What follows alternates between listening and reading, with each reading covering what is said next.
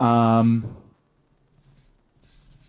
was holding my microphone backwards there. So I wanted to make a video. I haven't made a video like this before, but I thought it would be fun. It is super hot in my apartment right now, by the way. Oh my God. But I'm talking about songs that make you cry. Well, make me cry. Songs that have made me cry. This is your official man warning.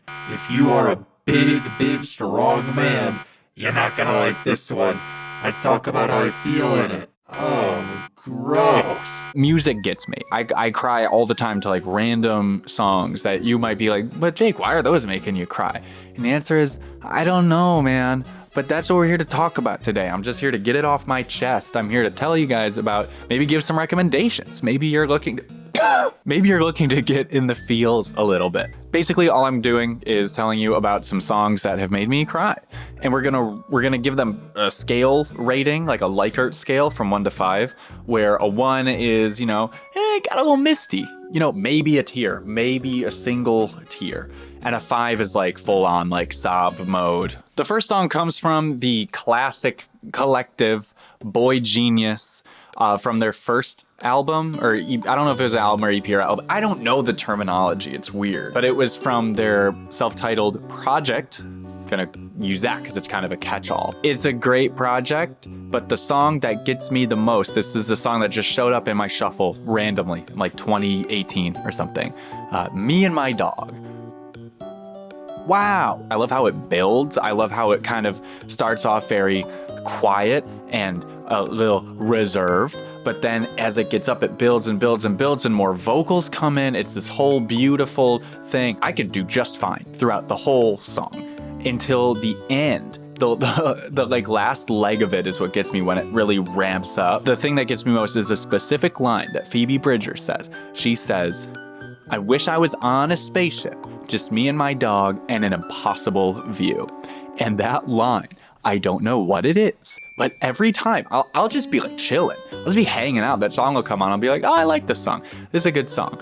And then bang, tears. Like this is like a 4 or a 5. It's like 4 to 5 territory because it is like genuinely, it makes me cry big time. Next up on the cry list is one that I feel like a lot of people may have cried to a little bit before, or maybe it's just their favorite song by this person, but this is Ribs by Lorde. Ribs by Lorde is like a fantastic song. It's just wonderful, and I love the instrumental. It's so sparse, but it's just the drink you spilled all over me. I love it. I love the whole song.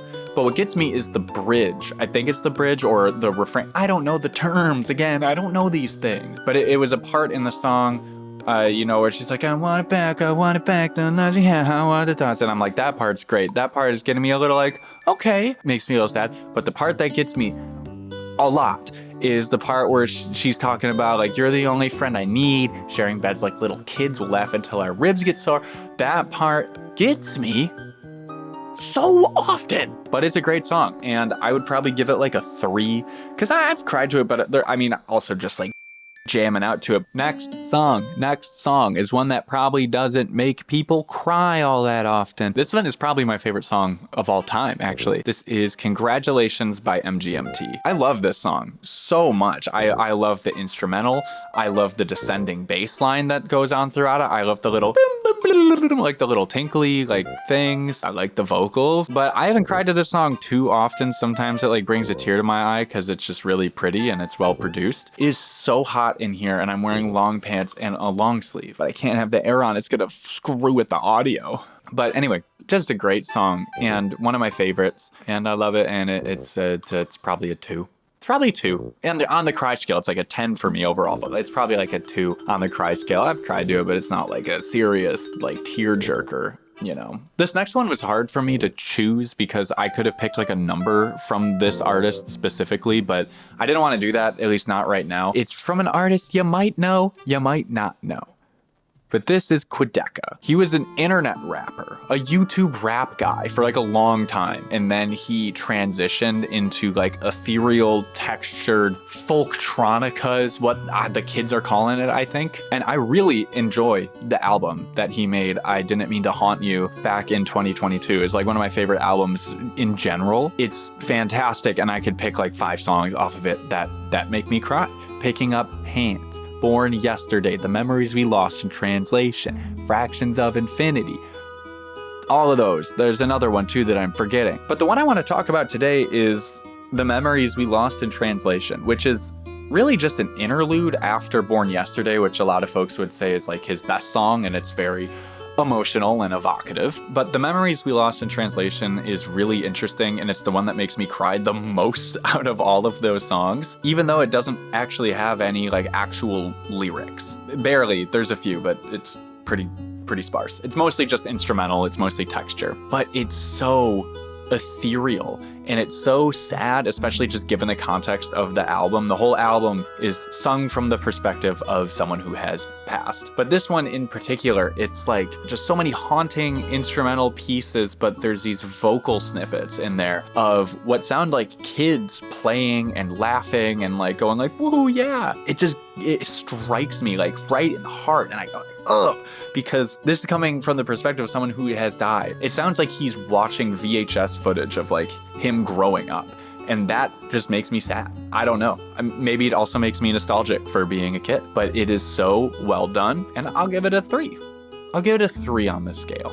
Because sometimes I just skip it when it comes on my shuffle, like in all my songs, because it doesn't have as much of a punch outside of like the context of the album. But when I do play it all the way through, it's like, that gets me. Do I have another one?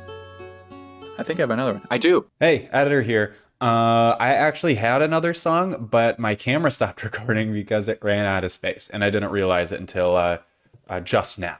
That's the end of the video, right there. Yeah, thank you for watching. I appreciate it. All right, well, I don't know. How do you end the video?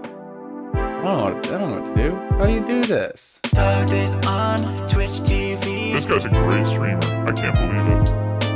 Dog Days on YouTube too. Is this guy not? How is this guy not famous yet? What in the world? Dog Days